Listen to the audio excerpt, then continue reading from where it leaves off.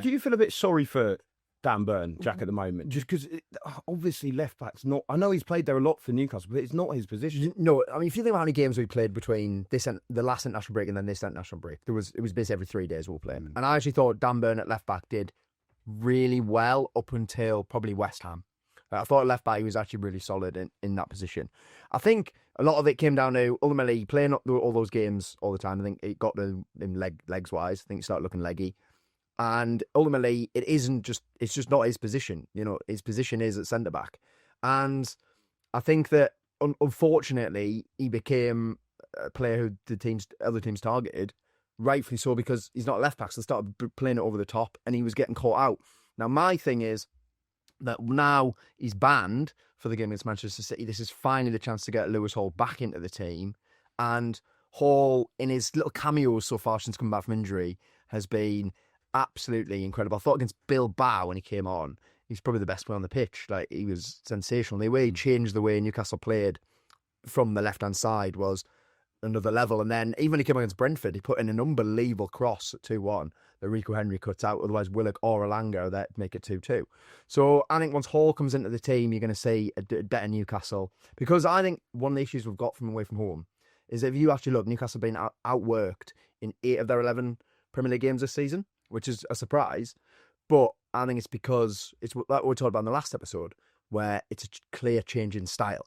And the issue that Howe's got at the moment is he's trying to change the style, but he's keeping the loyalty to the players who are used to that high pressing intensity, not as technical game. So your Popes, your Joe Lintons, your Burns, he's keeping the loyalty with them because they've never let him down. But if you're trying to change the style and the way you play, you need to get the Lewis Hall in. You need to get Jacob Ramsey in. And you need to get Aaron Ramsdale in. How do you get Burn into the team? You say he's not a left-back, he's a centre-back. This comes back to what I said the last time, which is when everybody's fit, he's probably not in the team. He's probably not. Shaw and Botman is probably... Chow and Botman, yeah. Chow and Botman. Is probably a preferred centre-back. And then is it Shaw and Botman after that? Well, I think, to be honest, I think Botman actually would be the one who might be in trouble because I thought his performances against West Ham and Brentford were well below the levels that we expect of him. So I think Burn would still have a chance there. But equally, you probably are right. The favoured back foot on paper is Tino Livramento, Malik Chow, Sven Botman. You know, people are questioning Dan Burn, for instance, now. And yet it's 5 minutes ago when we're saying he scored one of the greatest headers we've ever seen. It was. And it was. You can't argue that he's really been really good in the opposition box. So isn't that part of his game which you might lose were you not to play him in the team, for instance? Yeah, you might do. You might lose Burn doing that, but I think Lewis Hall would bring you more. He wouldn't give you that. He wouldn't give you the headers, but he'd give you more on the ball. He'd give you more creating chances. And ultimately, Newcastle's build-up play would be much better with Lewis Hall at left-back than it would be Dan Burn. What did you make of Eddie Howe after the game, explaining why he kept Burn on the pitch? Because you alluded to it earlier, the fact that he had that penalty decision, which, let's be honest, he kind of got away with it. It could have gone either way, but he kind of got away with that.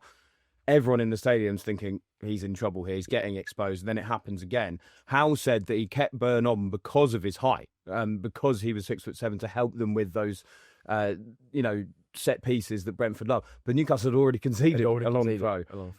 Do you think that was an error of judgment from Eddie Howe? And what did you think of that as an excuse, if you want? Yeah, I didn't really get the excuse because he's taken our long throws. Like, if you're that interested in him being in the box for his height and stuff, you'd have someone else taking the long throw and have Burn in the area. I just felt that it was a case of Howe wanting to protect his player, which is absolutely fair enough. And what I will say is, I love Dan Burn. What Dan Burn's done has been incredible. Like, I think when we signed him, I don't think anyone imagined he'd still probably be in the team, to be fair. But he is, because he's done so well. But the issue is that if you're trying to change the style, which it seems like we're blatantly are because we're running less, then he maybe has to come out of the team because he doesn't offer enough on the ball anymore, and that's just what it is. Now, earlier you brought up goalkeepers, Sean, which I think is a really interesting debate. This Nick Pope has got 8 clean sheets in 15 games so far this season, but those performances away from home, again, West Ham and Brentford, he went off, I think, with a bit of concussion in the Brentford game just before the penalty was taken. But would you like to see a change in goal now? Would you like to see Ramsdale come in? Look, we've debated about how we think Pope is brilliant at it's ridiculous, isn't it? Shot stop. That's what a goalkeeper's supposed to do. Unfortunately, not a And he Monday is goalkeeper, he is really good at that. He You can't dispute it. But we know Ramsdale's better than his feet, even though he wasn't as good as Raya at Arsenal, which is why he left Arsenal. But he's better than Pope. But he's being exposed slightly with those long throws, those balls into the 6-yard box. Yeah. I mean, the flap at the weekend was a real flap. I'm trying to remember the one where he was a bit unfairly treated. He punched quite far out, but it was straight down the centre of the box. He looks a little short of confidence, but I feel we've been here before with him. I mean, Definitely. I think before since he injured his shoulder, he hasn't quite looked the same. Not been the same. Yeah, and I think that's probably in his head. And I wonder how Ramsdale said. You know what's quite interesting? There was Tim Krul was on Drive recently. This was before those 2 games. And he actually said something about the fact that Ramsdale will be sitting on that bench, waiting for a moment, waiting for, not wanting it to happen. Of course, he's playing for Newcastle, but as that sub-keeper, he'll be wanting that chance to come in when you prove himself. When you sign somebody like Ramsdale, who is an England goalkeeper, you know that he's going to get a chance at some point. Yes. He's not there as No, a reserve goalkeeper. Yeah. He's there to Enjoying properly challenge, and he's waiting for his chance. He knows it's going to take a little while. He knows it could take to Christmas, but he knew when he came on, this is my moment to grab the number 1 jersey. Yeah, it's a shame he didn't save the penalty. That would have been brilliant. he has got a chance now to make himself number 1. Yeah, I agree. I think it's time for Ramsdale to come in. And again, it's nothing to do with necessarily Pope's contributions to Newcastle. £10 million got to be one of our best ever signings. Realistically, what he's delivered is absolutely out of this world. But against West Ham, really poor for the Paquetá goal. He's 6'6". I mean, what is he doing on the long throw? That either stay on your line, let the defenders deal with it, or you come out and clean everyone out. And I just think that, and then the issue, and the main issue with Pope is the fact that when he's kicking the ball, it usually just goes out of play, or you can kick it long. You can't really play it short.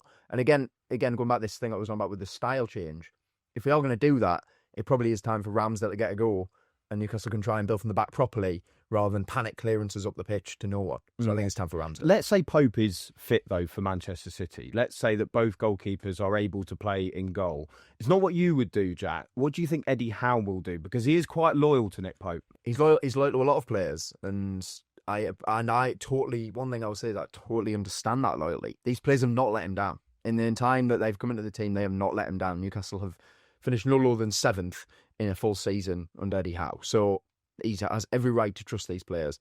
But at some point, you have got to see that this loyalty to them is starting to cost us points. And I think Pope needs to come out of the team, and Ramsdale needs to come into the team. But equally, Howe will probably pick Pope. I think he'll pick Ramsdale.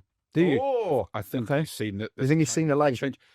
I also feel I watched Ramsdale quite a bit at Arsenal, and obviously we've seen Pope quite a lot at Newcastle.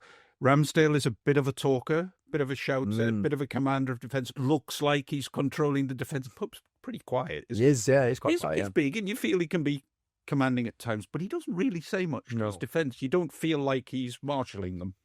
Ramsdale definitely does that, or tries to do that. So maybe it's time to think, we need a bit of authority in the area, especially if, as we've said, the defence has been struggling just a little bit. But is the defence struggling because of what's going on behind them?